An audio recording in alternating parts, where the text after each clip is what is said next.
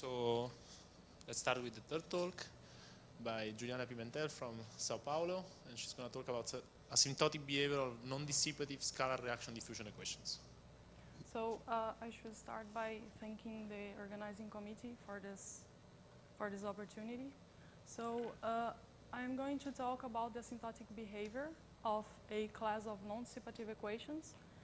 And this is based on joint works with Professor Carlos Rocha from the Universidade de Lisboa. So this is the kind of equations that we are interested. It's a scalar reaction-diffusion equation defined over some bounded interval, say 0 pi, and under some separated homogeneous boundary conditions. In this case, we are taking the Neumann boundary conditions. And we assume here that this nonlinearity f is a C2 function taking values in R. So when we consider the initial value problem associated to this equation, we have a locally defined semiflow. And generically speaking, we expect this semiflow to be in one of the three classes. It could be either dissipative, if we have global existence and uniqueness for every initial condition, and ultimately boundedness for every solution. So this basically means that we have a compact absorbing set in the phase space that, so for every solution, we'll have a time that will depend on the initial conditions, such that after that time, the solution will enter and remain within this fixed compact set. So if the solution, this semiflow satisfies these two conditions, then we say that the semiflow generated is dissipative. If this first condition is not satisfied, so if we don't have global well-posedness for this problem, we say that this semiflow generated is fast non-dissipative. So this basically means that we have at least one solution blowing up in finite time.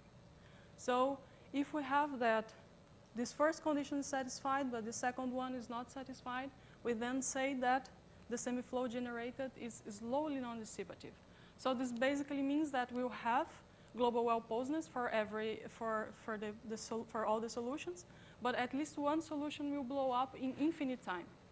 So here we are interested in this third class of dynamical systems, and we will present the class of equations that will generate this kind of dynamical systems. But before that, let us talk a little bit about the dissipative case. So here we have an example of not necessary but sufficient conditions to impose on this function f so that the generated semiflow will be dissipative. So if our function f satisfies these two conditions, for instance, then we have a semiflow that it will be dissipative. So in this case, when we are dealing with this kind of problem, we have the existence of a global attractor. So the global attractor will be a maximal compact invariant set in the appropriate state space that will attract every bounded subset of this phase space. So it is known that this global attractor, in this case, will be characterized by the set of all stationary solutions and the heteroclinic connections between all these stationary solutions. And it is also known that there is a permutation that is related to this problem. So this permutation can be defined in this way, and we will see why this permutation is related to this problem and why it is important. So we assume here that we have hyperbolicity for all the solutions, so that we have a finite number of equilibria, so say n equilibrium points, and then we define this permutation this way. We first order these equilibrium points according to their values at x equals 0, and then we reorder these intersecting points according to their values at x equals 2 pi. So their indices of these equilibrium points will define a permutation sigma that will be related to this problem. And this is how it is related to this dissipative equation. So as I already mentioned, the global attractor in this case will be composed by the set of equilibria and the heteroclinic connections between these equilibrium points. And this permutation sigma defined in this way will determine which equilibria is connected and which are not. So just by knowing this permutation sigma and given any two equilibrium points, we know if there is a heteroclinic connection between these two equilibrium points. So this very simple and easily defined object completely determines the dynamics on this global attractor. So this is the results that we want to somehow extend it for our case of non-dissipative equations. And we want somehow to obtain a similar result for the equation that we are going to consider. So I have just included here some references for the dissipative equation. So now we can present the non-dissipative equation that we are going to consider. So this is the equation that I will consider. So I have just added here a linear term. So our nonlinearity is given in this form. So this b is a strictly positive constant, and g is a bounded function. So this means that we are considering linearly growing nonlinearities. So we also assume that this function g is a C2 function, and it is also globally Lipschitz in the second and third variable. We denote by x the L2 space and by a the sectorial operator here. And then the fractional power spaces associated to this operator a are well defined as the domain of this operator here, a plus b plus 1 identity raised to the power alpha. So the first question is that how do we know that the dynamical system generated by this equation 2 is in fact slowly non-dissipative? So the global well-posedness for this equation easily follows from the conditions that we have imposed on this function g. So, and we also have the following. By considering this constant b to be strictly greater than 0, we were able to prove that at least one solution will blow up in infinite time. So basically, these are the two required conditions for the dynamical system to be slowly non-dissipative. So we will refer to this kind of unbounded solution as grow-up solutions. So when we are dealing with this kind of problems, we are not, due to the existence of these grow-up solutions, we are not guaranteed the existence of a compact global attractor. So what we are interested is in considering this other object. It's called non-compact global attractor. So it is defined as the non-empty minimal set in the state space, which here we are taking to be x alpha for some appropriate alpha, that attracts every bounded subset of x alpha. So this problem was first considered by Nitsan Bengal in 2010, and she considered linearly growing nonlinearities, but the function g only depends on u. So she has obtained the characterization for the non-compact global attractor in this case. So our objective here is to generalize this result to obtain a decomposition for the non-compact global attractor in the case where our function g also depends on the spatial variable x and the derivative of u. And we also want to obtain the existence or not of heteroclinic connections between the equilibrium points in terms of some associated permutation, just as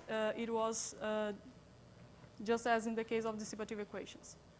So what we observe is the following. We are considering a non-dissipative equation, but despite the non-dissipativity of our equation, we still are guaranteed the existence of a Lyapunov functional. So we can guarantee that all the solutions remaining bounded will necessarily converge to an equilibrium point. So if we consider any solution of our equation 2, then this solution will either converge to an equilibrium point or it will be a grow-up solution. So what we need to do to understand the asymptotic behavior of this equation is basically to understand the asymptotic behavior of these grow-up solutions. To do that, we consider this orthonormal basis in L2 that is composed by the eigenfunctions of this operator with Neumann boundary conditions. And by considering that, we were able to prove the following result. If we consider any grow-up solution u of our equation and consider this normalized trajectory here, then it will, this normalized trajectory will converge in the L2 norm to some of this, to one of these eigenfunctions. And this j here will, j will depend on this function u here, and it will be necessarily less or equal than the square root of b. So what this result says basically that if we consider the original orbit, it will grow up to infinity in the direction of this eigenfunction phi j. And to get the exact limit of this grow-up solution, what we do is to consider Poincare projection of our phase space. So this is the upper hemisphere in the space x alpha Cartesian R.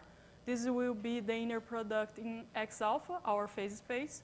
And then when we do this, when we consider this Poincaré projection, the infinity of our phase space will be projected onto the equator of this upper hemisphere. So if we want to understand the dynamics of our equation at infinity, we need to understand our equation projected onto this equator here. So in 2009, Juliana F.S. proved the existence of an innumerable set of equilibrium points on this equator by considering our equation projected onto this equator that we are denoting here by HE. So what we have is the following. The infinity of the space X alpha is projected onto this equator, and we have the existence of equilibrium points on this equator. So what we did is to define some objects at the infinity of our space X alpha. In this way, the Poincaré projection of these objects will coincide with the equilibrium points on the equator. And we will refer to these objects at the infinity as equilibria at infinity. So now, before presenting the two main results that we have obtained, we need just two more definitions. The first one is the definition of this functional called zero number. So it is basically the number of strict sign changes of the function of a continuous function u. Also, given any two equilibrium points, they could be either bounded or at infinity, with the zero number of their difference given by some j, u0 less than v0. We then say that u and v are adjacent if there does not exist any other equilibrium v satisfying these two conditions here. So in this case, we say that these two equilibrium points are adjacent. So we can now present the first of our main results. So it basically says that our non-compact global attractor will be composed by all the set of all the equilibrium points, both bounded and at infinity, and the heteroclinic connections between these equilibrium points. So here we are interpreting these grow-up solutions as an heteroclinic connection between a bounded equilibria and an equilibrium at infinity. And also, given any two equilibrium points, there exists an orbit connecting these equilibria if and only if they are adjacent. And the second result is the following. We have obtained a permutation that will be associated to this non-dissipative problem that will determine which equilibria are connected and which are not.